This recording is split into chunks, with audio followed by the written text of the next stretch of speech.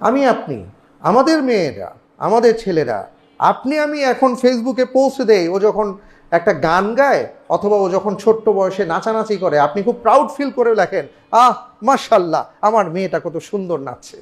এখানে মাশাল্লাহ বলে, নাউজুবিল্লাহ কি মিন যালিক। বুঝি না কোন জায়গায় কি বলতে হবে, আমাদের ঈমান কোথায় গিয়ে দাঁড়িয়েছে আমরা বুঝি নাই।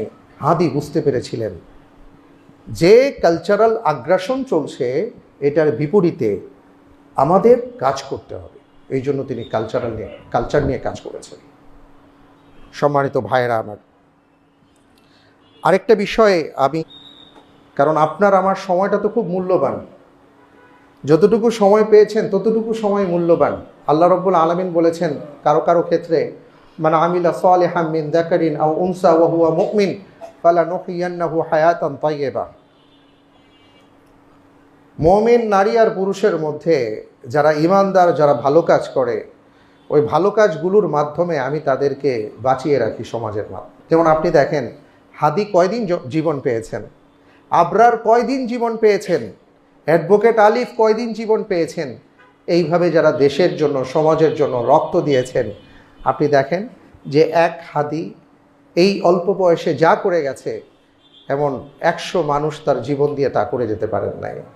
এমন অসংখ্য মানুষের জীবন আছে, সেটা বলতে চাচ্ছি। এজন্য সময়টাকে আমাদের কাজে লাগাতে হবে এবং সন্তানকে এমনভাবে আমাদের লালন পালন করতে হবে, এমনভাবে পরিচর্যা করতে হবে, এমনভাবে তাকে দেখভাল করতে হবে যাতে করে এই সন্তান আমার জন্য সম্পদে পরিণত হয়। আজকে দেখুন, হাদির জন্য দোয়া করছে, হাদির মা বাবার জন্য দোয়া করছে।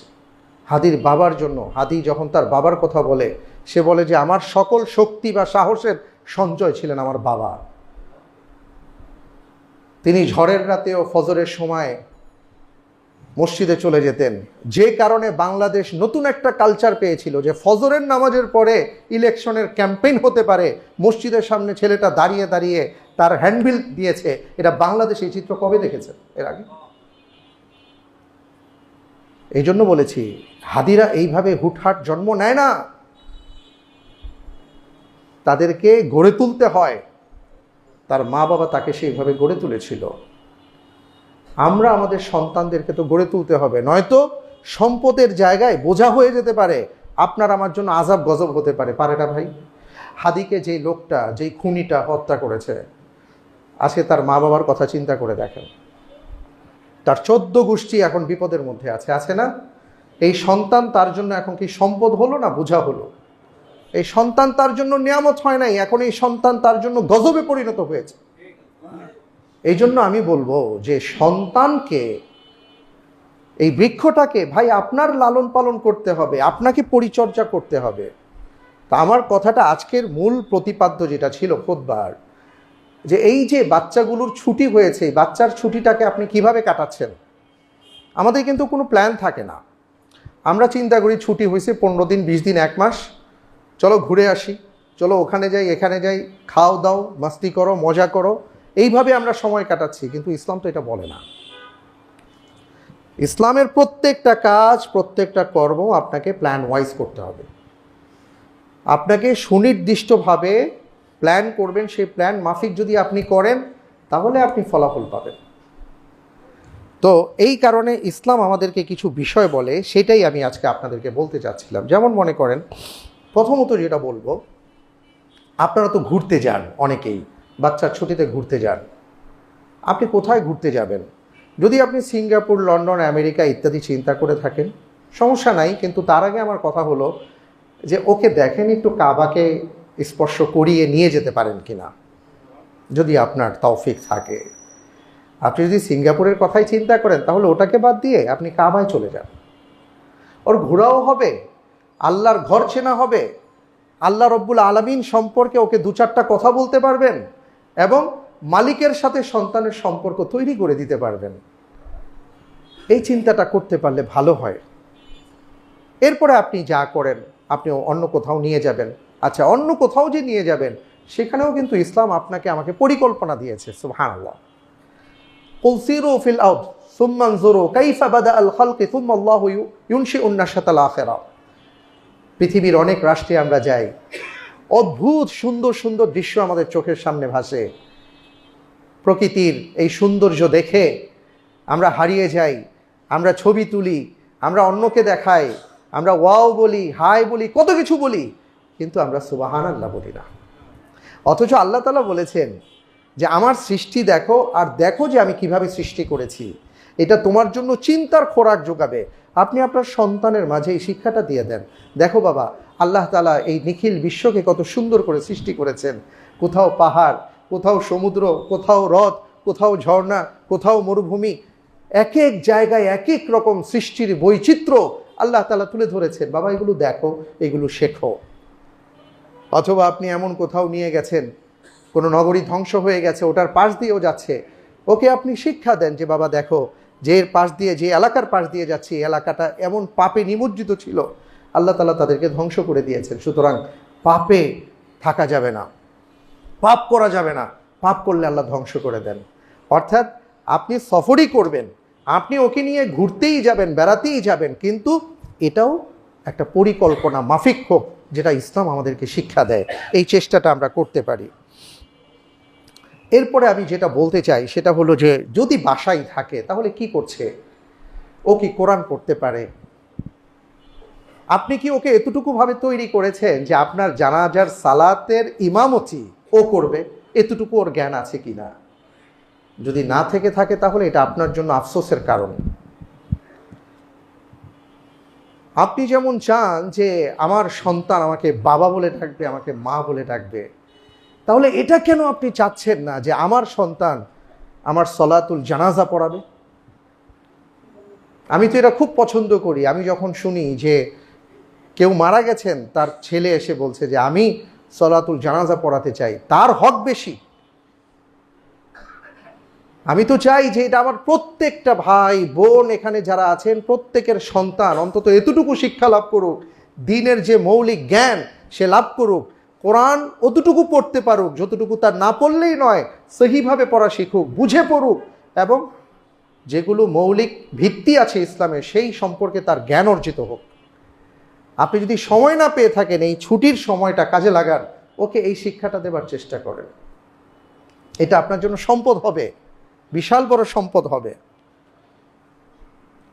আমরা আজকালকার বাচ্চাদেরকে দেখি যে কি দিব, ওই যে বললাম যে আজকে ওরা হারিয়ে যাচ্ছে। আমি টুকটাক ইংলিশ মিডিয়াম স্কুলে কিছু কাজ করার ফলে আমার কিছু বিচিত্র অভিজ্ঞতা হয়েছে, যেই আসলে এই বয়সে আমার জানা ছিল না। আমার নিজেকে তখন মনে হয়েছে যে আমি কোথায় আছি। একজন গার্ডিয়ান বলছিলেন যে আলহামদুলিল্লাহ আমার ছেলেটা আগের থেকে অনেক ভালো হয়েছে। কি হয়েছে ভালো? বললো যে ও এখন অনলাইনে গেম খেলে ঠিকই, কিন্তু ওর সহপাঠীদের সাথেই খেলে এবং কিছু আর্ন করে। আমার না মাথায় ঢুকে নাই, মাথার উপর দিয়ে কথাটা গেছে, কারণ এই ব্যাপারে আমার জ্ঞান নাই। আমি ওনার কথা শুনে তারপরে জানার চেষ্টা করলাম যে অনলাইনে গেম আবার সহপাঠীদের সাথে খেলা বিষয় কি। তখন তারা বলল যে ব্যাপারটা হলো যে কিছু গেম আছে, এগুলো অনলাইনে খেলা যায়। পৃথিবীর নানা জায়গার অনেকের সাথে পার্টনার হয়। এই পার্টনার হওয়ার পরে তারা একসাথে মিলে গেমটা খেলে। এই খেলতে গিয়ে তখন তাদের সাথে বিচিত্র রকমের সম্পর্ক তৈরি হয়। সবাই তো আর ভালো হয় না, সবাই মন্দও হয় না। তো যদি খারাপের পাল্লায় পড়ে যায়, তখন দেখা যায় যে ওই যে পার্টনার, সে পার্টনার তাকে ধীরে ধীরে, শুধু তো গেমের মাধ্যমে সম্পর্ক তৈরি হয়, এরপরে এই সম্পর্কটা অনেক জায়গায় চলে যায়। কখনো কখনো তাকে খারাপ বানিয়ে ফেলে এবং এই সন্তানের প্রতি একটা লোভ তৈরি করে। তারা এই গেম খেলে খেলে আর্ন করে, উপার্জন করে, এবং তখন সে নিজেকে অনেক কিছু মনে করতে শেখে। এখন বলে কি এটা?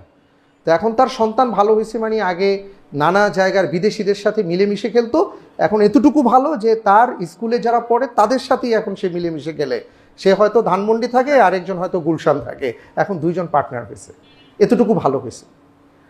তা আমি বলতে চাচ্ছি যে আসলে এটা কেন হচ্ছে, এর কারণ হলো আমরা তার হাতে বিকল্প দিচ্ছি না। তো তার হাতে আপনি কোনো দিন কোনো নবী রসুলের গল্প তুলে দিয়েছেন? আপনি ইউটিউব চ্যানেলগুলোতে এমন অনেক সুন্দর সুন্দর নসিহা পাবেন। আপনার ছেলে যেই ভাষা পছন্দ করে সেটাই হতে পারে, আপনি তুলে দেন। কোনো কালচারাল ভালো প্রোগ্রামে যদি নিয়ে যেতে পারেন সেখানে নিয়ে যান। তাহলে না সে বিকল্প কিছু পাবে। আসলে আমাদের এখানে বড় একটা ব্যর্থতা, আমরা এটা পারি না। লক্ষ লক্ষ কার্টুন আছে যে কার্টুনগুলো আমাদের বাচ্চাদেরকে নষ্ট করে দেয়, কিন্তু আমরা ইসলামিক কার্টুন তৈরি করতে পারি না, কারণ করতে গেলেই টাকা লাগে, অর্থ লাগে। এটা আমরা বুঝি না যে এটা দাওয়াতি কাজ, এটার মধ্যে যে দাওয়া আছে। ভাই কার্টুন তো সবাই দেখবে না, কিন্তু যে কার্টুন দেখে তাকে আমার বিকল্প দিতে হবে, নয়তো আপনি কিভাবে তাকে দাওয়া দিবেন? তারপরেও যতটুকু পারা যায় এই বাচ্চাদেরকে এইভাবে বিকল্প কিছু দিতে হবে, ব্যস্ত রাখতে হবে। আমরা আজকে আমাদের বাচ্চাদেরকে অনেক জায়গায় নিয়ে যাই, হ্যাঁ, অনেক বড় বড় জায়গায় নিয়ে যাই, শপিং মলে নিয়ে যাই, মজা করে খাওয়াই। একটা কাজ করতে পারেন, আপনি কিছু শীতবস্ত্র নিয়ে আপনি চলে যান কোথাও বাচ্চাটাকে নিয়ে, ওর হাত দিয়ে ওই বস্তিবাসীর মধ্যে আপনি একটা করে কম্বল দেওয়ান, একটা শীতবস্ত্র দেওয়ান, ওর ভেতরে মানবিকতা তৈরি হবে। আমরা খাওয়াতে খাওয়াতে এখন এমন অবস্থা হয়েছে, ও খেতে পারবে একটা, অর্ডার দেয় 3টা, একটা খেয়ে বাকিগুলো ফালায় দেয়।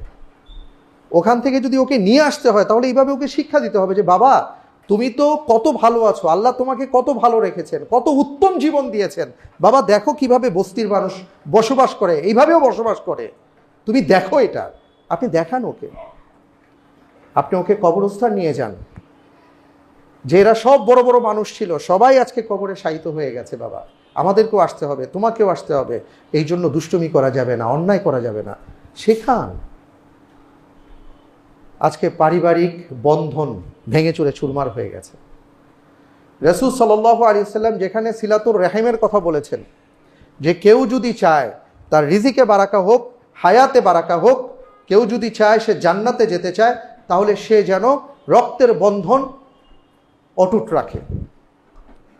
আজকে আমাদের সন্তানদের যে অবস্থা হয়েছে এই সোসাইটিতে, মাকে চিনে, বাবাকে চিনে, দাদা দাদিকে চিনে, নানা নানুকে চিনে, চাচা চাচিকে চিনে, আর এদিকে হয়তো মামা মামিকে চিনে, এরপরের যারা আছে এদেরকে আর চিনে না, বলতেই পারে না। কারণ আপনি কোনোদিন তাকে গ্রামেই নিয়ে যান নাই, আপনি ওই যে গ্রামে কেমনে থাকে, কিভাবে থাকে, এগুলো বলে বলে আপনি যে একসময় গ্রামের সন্তান ছিলেন, আপনি যে খালপাড়ে দৌড়াদৌড়ি করেছেন, আপনি যে মাছ ধরেছেন, আপনি যে ধান খেতে দৌড়াদৌড়ি করেছেন, খেলাধুলা করেছেন, নর্দমার মতন পানিতে আপনিও যে চুবাচুবি করেছেন, এখন আপনার কাছে ঘেন্না লাগে যে ওখানে কিভাবে যায়, ওই এলাকাতে কিভাবে যায়। এই কারণে আপনার অনেক আত্মীয় স্বজনকে আপনার সন্তান চিনে না, রক্তের বন্ধন ছুটে যাচ্ছে। বন্ধনটাকে তৈরি করুন। আপনার রিজিকে, আপনার হায়াতে বারাকা পেতে চাইলে, জান্নাতে যেতে চাইলে রক্তের বন্ধনকে অটুট রাখতে হবে। আমরা বন্ধন ছিন্ন করে দিচ্ছি। এরপরে কি হয়? এরপরে যেটা হয়, একটা পর্যায়ে আমাদের সন্তানরা বড় হবার পরে এরা তখন চিন্তা করে যে স্বামী আর স্ত্রীর সন্তান, মা বাবাও এখন ওনাদের হচ্ছে না, ঠিক আছে, তাহলে ওই যে বিভিন্ন জায়গায় এখন সুন্দর সুন্দর বৃদ্ধাশ্রম তৈরি হয়েছে, তাদেরকে ওইখানে রেখে আসে, কারণ এখন আর তাদেরও দরকার হয় না। এই যে ক্ষেত্রটা তৈরি করা, এই ক্ষেত্র তৈরির পেছনে আমরাও কিছুটা দায়ী কি না এটা চিন্তা করতে হবে। এই জন্য বলবো যে এই ছুটির সময়টাতে সন্তানদেরকে আমরা আমাদের আত্মীয় স্বজনদের সাথে পরিচয় করিয়ে দিই, একটু নিয়ে যাই, একটু দেখা সাক্ষাৎ করাই, তাহলে আমরা মারা গেলে ও বলতে পারবে যে না আমার অমুক অমুক জায়গায় ওই আত্মীয় আছে। রাসূল সাল্লাল্লাহু আলাইহি ওয়াসাল্লাম উনি যখন মক্কা থেকে তায়েফে গিয়েছেন, সেই তায়েফে গিয়ে, ওই ধারের কাছে না তো তায়েফ, 75 কিলোমিটার, 75 কিলোমিটার এখন আমরা গাড়িতে যেতেও কত সময় লাগে, আর সেই সময় ওনারা কিভাবে গিয়েছেন। কিন্তু আল্লাহর নবীর জানা ছিল তায়েফে কে কে তার আত্মীয় আছে।